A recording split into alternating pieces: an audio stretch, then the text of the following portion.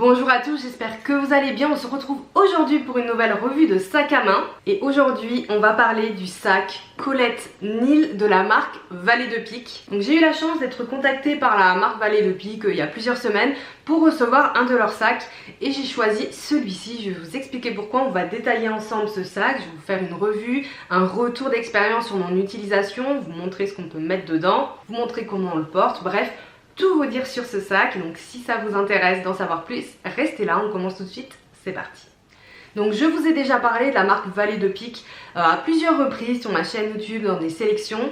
Et c'est vrai que j'étais assez intriguée par la marque, leur savoir-faire semblait prometteur, leurs produits avec l'air quali et les prix étaient très corrects. Donc quand ils m'ont contacté pour cette collaboration, c'est donc un sac que j'ai reçu en partenariat. J'ai tout de suite accepté parce que je me suis dit que ça pourrait aussi vous plaire. Donc sachant que tous les sacs sont fabriqués en France à Biarritz et on est sur des modèles qui vont être à la fois modernes, élégants et assez intemporels. Donc moi j'ai choisi le sac Colette Neal, donc qui est ce petit sac à rabat composé de tissu et de cuir. Alors j'ai choisi celui-ci parce qu'en fait je n'ai aucun sac de ce style là avec ce mélange tissu cuir, donc en fait il allait vraiment bien compléter ma collection sans faire doublon avec d'autres sacs ou autres. Mais c'est aussi un modèle, donc le modèle Colette classique, le Neal du coup c'est celui en tissu, qui existe tout en cuir lisse dans plusieurs coloris sur le même format si jamais vous cherchez quelque chose d'un peu plus classique.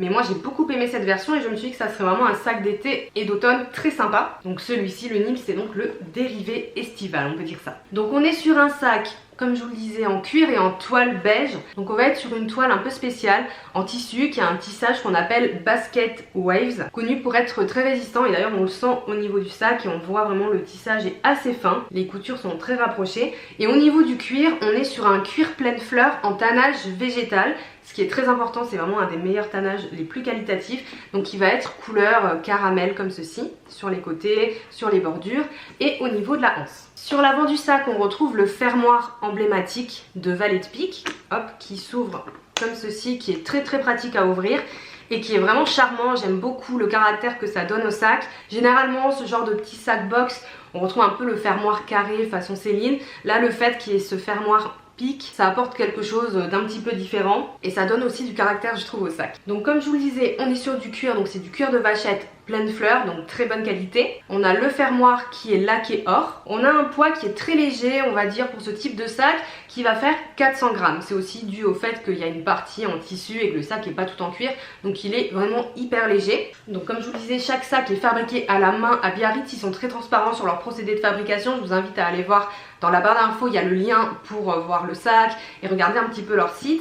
Et on a une bandoulière qui est réglable avec cette petite boucle. Donc on va avoir un mou entre 102 et 108 cm pour un portage crossbody notamment. Et en fait là vous voyez, on a vraiment cet aspect lisse du cuir et de l'autre côté on va avoir un aspect plus brut et ça je trouve ça très intéressant. C'est des finitions qu'on voit pas forcément beaucoup sur les sacs. On a quand même des teintures de tranches là sur le côté, mais on a le côté brut du cuir notamment à l'intérieur. Donc tous les sacs sont numérotés avec la date de fabrication. Donc mon sac il a été fabriqué le 18 juin 2024 de Vallée de Pique, etc. Donc ça fait très artisanal et il a l'odeur du cuir artisanal également. Et à l'intérieur on retrouve ce cuir plutôt brut, vous verrez un petit peu mieux dans les zooms juste après. D'ailleurs je vais vous laisser tout de suite avec le zoom du sac, la contenance, les modes de portage et on se retrouve après pour la suite. Donc voici comment se présente le sac Colette Neal de la marque Vallée de Pique. Donc on retrouve la toile beige clair, le côté cuir caramel ici, l'arrière est lisse comme ceci et on a ce très joli fermoir doré donc qui s'ouvre comme ceci. Hop, il est bien sécurisé au niveau du sac. L'intérieur, comme je vous le disais, on a ce cuir un petit peu brut qui est vraiment très beau. On va avoir un grand compartiment et une poche plaquée juste là. Voilà, donc on a quand même un petit peu de place à l'intérieur. Je vais vous montrer tout de suite ce qu'on met dedans. Donc comme vous me le demandez souvent, je vous fais le test du livre de poche. Donc il va rentrer un petit peu juste en hauteur, mais après vous voyez il va prendre toute la place dans le sac. Donc là vous pourrez mettre votre téléphone, peut-être vos clés et pas grand chose d'autre avec ce type de livre. Pour la liseuse qui a plus de batterie type Kindle, par contre là ça va vraiment bien rentrer et comme elle est fine vous voyez on a quand même de la place, mais ça va rentrer, en tout cas la mienne hein, en hauteur comme ceci et on aura encore de l'espace. Mais pour les objets disons du quotidien, donc je vais pouvoir mettre mon petit porte-monnaie porte-carte de chez Saint Laurent, mon téléphone portable qui est un iPhone 15 Pro, la taille classique, pas une grande taille, mes clés dans la pochette clé de chez Louis Vuitton, mon porte-carte avec ma carte de transport Louis Vuitton également, et là on aura déjà pris l'épaisseur du sac, donc il va rester de la place sur les côtés et un petit peu dans la poche plaquée. Donc sur les côtés je peux mettre les AirPods, juste ici par exemple, dans la poche plaquée je peux mettre un peigne, un petit miroir fin. Sur le côté encore, un baume à lèvres de chez Pixi ou n'importe lequel, un petit rouge à lèvres. Et voilà pour le sac. Donc ensuite, j'aurai peut-être de la place un petit peu en hauteur, mais il ne faut pas que ça empêche de fermer. Là, je le ferme nickel. Et il est bien plein avec vraiment les essentiels du quotidien que j'ai besoin d'emporter avec moi. Donc je vous laisse tout de suite avec les modes de portage. Alors c'est parti pour le Colette Nil en action. Donc on peut le porter bien évidemment à l'épaule, voilà, moi il m'arrive à peu près ici, et surtout le porter croisé.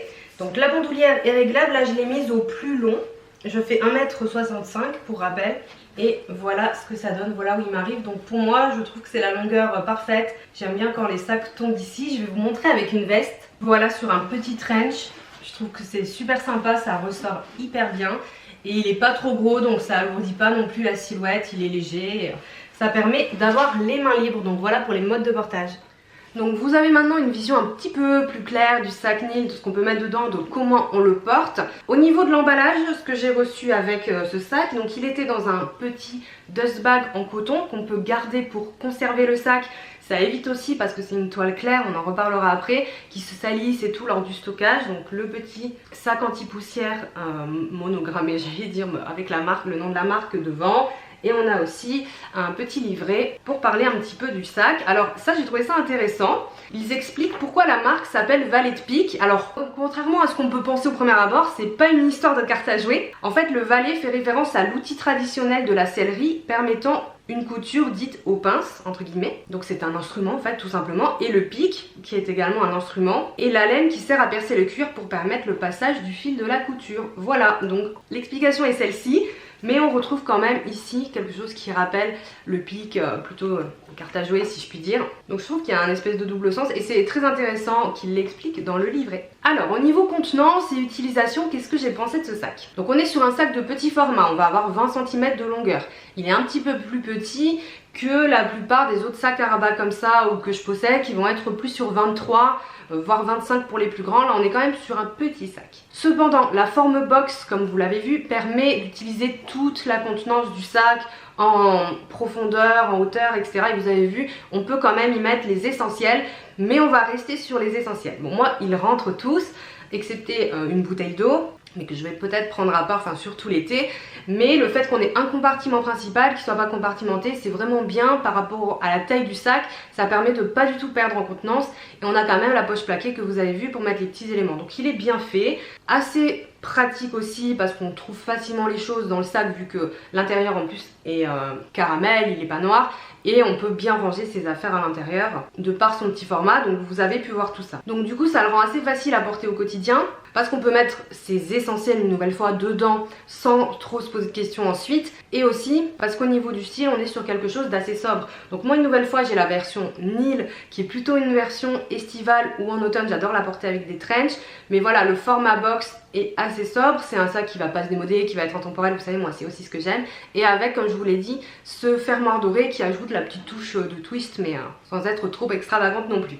Du coup il va quand même avec pas mal de styles, casual, féminin, plus chic. Et avec le portage en bandoulière ça permet d'avoir les mains libres, donc ça aussi c'est vraiment très agréable. L'été avec sur une petite robe etc, on se pose pas de questions. Et je vous ai parlé du poids, vous voyez là je suis pas en train de le soutenir pour vous le montrer en peinant comparé à d'autres sacs parfois. Comme il est très léger, il se fait vraiment oublier, même en le portant plusieurs heures. Et comme la bandoulière est réglable, vous l'avez vu, on peut le porter à différentes hauteurs. Même si je trouve qu'elle est quand même un petit peu courte et que si vous êtes plus grande il vous faudra peut-être faire des trous supplémentaires, mais vous avez le mou pour le faire. Mais elle est quand même courte et pour les plus petites d'entre vous, ça sera vraiment très bien parce que vous aurez des options de réglage etc pour le mettre parfaitement comme vous le souhaitez et adapté à votre morphologie, donc c'est assez sympa. Au niveau du design et des finitions, donc j'ai fait ce choix comme je vous le disais parce que j'avais pas du tout ce genre de sac dans ma collection.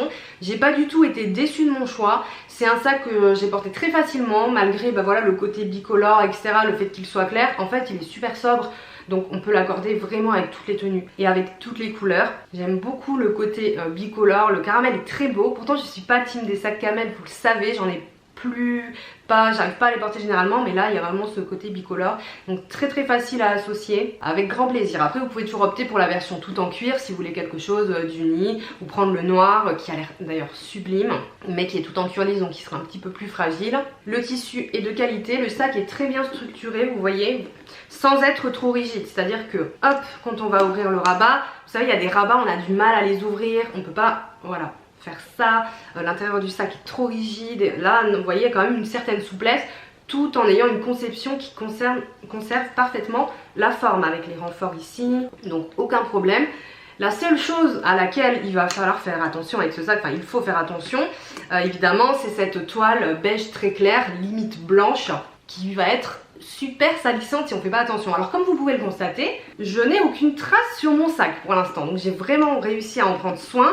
Si jamais je le tachais, il va falloir le détacher très rapidement, surtout pas laisser la tache s'incruster. Je l'ai porté avec des jeans, j'ai pas eu de transfert de couleur, mais c'est quelque chose qui peut arriver sur les sacs en tissu, donc surtout si vous avez des jeans neufs. Après là j'ai porté plutôt des jeans clairs ou alors après des pantalons, des robes et tout, mais attention au frottement si vous choisissez ce modèle et que vous portez beaucoup de jeans bruts.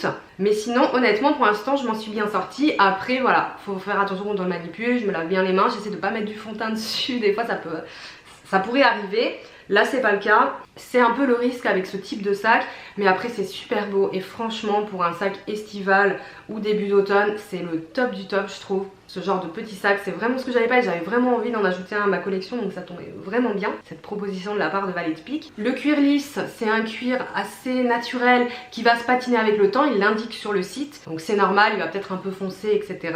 Je vous le dis aussi si vous prenez la version toute camel par exemple, donc c'est un cuir qui peut être un petit peu plus fragile, donc une nouvelle fois si vous prenez la version tout en cuir, vous devrez quand même faire attention aux rayures etc, mais ça fait partie aussi de la vie du sac, la patine et tout, et les rayures on peut quand même aussi facilement les rattraper si c'est une petite rayure avec de la crème pour cuir etc, donc c'est quand même possible, mais il faudra que vous ayez les produits adaptés pour l'entretien du cuir comme la crème saphir ou un détachant etc, pour pouvoir prolonger la durée de vie de votre sac, mais ça c'est valable pour tous les sacs en cuir. Au niveau de la bijouterie je la trouve de qualité, j'ai pas eu d'oxydation pour l'instant, j'ai pas de rayures non plus sur le fermoir, alors je l'ai quand même beaucoup porté pour le test évidemment pour vous faire un retour qualitatif. Les coutures sont de bonne qualité, j'ai pas vu qu'il y avait de coutures irrégulières ou autres. Ça se voit quand même que c'est fait à la main, on ressent le côté artisanal etc. Mais très bien, les teintures de tranche sont impeccables. Franchement c'est vraiment un sac de bonne qualité et en plus fait en France. Donc au niveau du rapport qualité-prix, on est sur un prix de 350 €, ce qui est un positionnement sur le marché des sacs premium actuels normal entre guillemets. On va être vraiment maintenant sur des prix moyens entre 300 et 400 € pour les sacs premium. Là on va une nouvelle fois noter qu'on est sur une fabrication française, ce qui coûte beaucoup plus cher aux marques plutôt que de faire de l'importation malgré les coûts de transport et tout. Donc je trouve qu'on arrive quand même à un bon prix, 350 € pour un sac qui est 100% fait en France, avec des cuirs qui proviennent de tanneries françaises, italiennes, espagnoles, mais comme la plupart des marques premium, et ce sont des cuirs de très bonne qualité, donc on est ravis. Donc pour les finitions on est pas mal, ça reste une bonne alternative au sac box de luxe avec un engagement sur une marque française, avec une esthétique classique qui va pouvoir une nouvelle fois être intemporel, donc un sac que vous allez pouvoir garder des années évidemment, sans vous lasser, sans être sur quelque chose qui va se démoder, et avec une qualité, ah vraiment, il y a encore l'odeur du cuir, c'est fou qu'elle persiste autant je trouve après toutes ces semaines d'utilisation. Donc voilà, très bonne impression pour moi au niveau de ce sac-ci. Évidemment Valet de Pique propose d'autres gammes de sacs que vous pouvez découvrir. Il y a aussi un sac à dos que je vous avais présenté dans une sélection de sacs pour la rentrée qui est très élégant, et on retrouve le petit pic ici. Pour une fois on est vraiment sur un sac super féminin, super chic, que je trouve vraiment sympa. Donc moi je suis pas team sac à dos, mais je sais qu'il y en a qui le sont pour transporter un ordi et tout, c'est toujours pratique, et je trouve que c'est un modèle très réussi dans leur marque. Donc j'espère que j'aurai peut-être l'occasion l'occasion, alors pas le sac à dos, mais peut-être de tester d'autres modèles de sacs à l'avenir. Je vous propose un petit bilan des points positifs et des points d'amélioration que j'ai relevés pour ce sac, pour vous aider à faire votre choix. Donc ce que j'ai relevé en point positif et que j'aime vraiment beaucoup, c'est ce fermoir qui ancre l'identité de la marque, qui est quand même plus original que le fermoir une nouvelle fois rectangulaire ou carré classique. C'est vraiment ce qui m'a séduit. Je trouve que l'emblème du pic il est super sympa et féminin. Une nouvelle fois le modèle classique, intemporel, élégant qui va convenir au plus grand nombre et dont vous n'allez pas vous lasser. La fabrication française et les cuirs européens qui pour moi doivent vraiment peser dans votre décision d'achat. C'est aussi un engagement d'acheter ce type de sac et de choisir ce type de marque française. Et ensuite le format pratique, léger, bon compagnon du quotidien pour un portage en bandoulière. Si vous avez des problèmes de dos, ça sera très bien parce qu'une nouvelle fois il est super léger. Moi j'ai tendance à avoir mal au dos au bout d'un moment dans la journée et vraiment il se fait totalement oublier. Au niveau des points d'attention, bon, le tissu beige clair qui est magnifique mais qui peut se salir facilement, donc il faut être plutôt soigneux quand on part sur ce genre de sac, alors que ce soit le Colette Nil de Valet de Pique ou n'importe quel sac en tissu clair. Si vous n'êtes pas soigneuse, clairement ça sera pas le genre de sac pour vous. Ensuite le cuir lisse qui va changer avec le temps et qui peut être sujet aux griffures. Je vous le mets en point d'attention une nouvelle fois parce que c'est pareil, si vous n'êtes pas soigneuse ou que ça vous dérange que le cuir vive et se patine, c'est pas forcément vers ce modèle qu'il faut se tourner. Je vous recommande plutôt le modèle tout en cuir lisse noir, tout simplement, où ça se verra beaucoup moins, en tout cas au niveau de la patine, mais voilà, je préfère vous le dire pour vous guider une nouvelle fois dans vos choix. Et enfin, comme je vous l'ai dit, un format qui reste petit. Nouvelle fois, on est sur 20 cm ici, 16 en hauteur, donc on est quand même sur un petit sac. Mais je sais que vous êtes très nombreuses à être fans de plutôt petits sacs, mais on reste sur un format pour mettre ses essentiels et pas sur un format où on va emporter forcément un livre, une bouteille d'eau, etc. Donc voilà ce que je pouvais vous dire sur le sac Colette Nil de chez Valet de Pique. Dites-moi ce que vous en pensez. Franchement, j'étais très contente de ce sac parce que je le trouve super facile à porter. Ça change de mes sacs tout en cuir, même si je les adore. Le fait d'avoir ce côté cuir tissu, je trouve que c'est vraiment un des sacs que je pourrais nommer comme essentiel à un dressing de sac complet et complémentaire, parce que ça apporte vraiment quelque chose à la collection et que vraiment, bon, vous l'avez vu dans les plans portés, c'est très beau aussi en automne avec les vestes, les trench et tout sur un blazer, c'est hyper sympa. Donc de façon générale, c'est vraiment un modèle que je peux vous recommander pour votre collection. C'est tout pour moi. Dites-moi si vous connaissez aussi la marque Valet de Pique. Bon, vous en avez probablement entendu parler, mais est-ce que vous avez des sacs de la marque? Si oui, quel est votre retour? Ça peut m'aider et ça aidera aussi la communauté sac à main à faire son choix, à avoir des retours quels qu'ils soient. Vos retours d'expérience sont très importants. Je validerai tous vos commentaires et je les lirai avec attention. Et je pense que les personnes qui peuvent être intéressées par cette marque pour un achat seront ravies d'avoir aussi d'autres avis hors du mien sur cette revue qui est un avis sur un produit. Si vous en avez d'autres à partager, vraiment faites-le pour aider la communauté, ça serait vraiment super. N'hésitez pas à liker cette vidéo si elle vous a plu. Une nouvelle fois, je remercie Valet de Pique pour cette collaboration qui était vraiment très agréable. Et pour ma part, je vous souhaite une très bonne journée et je vous dis à bientôt. Ciao.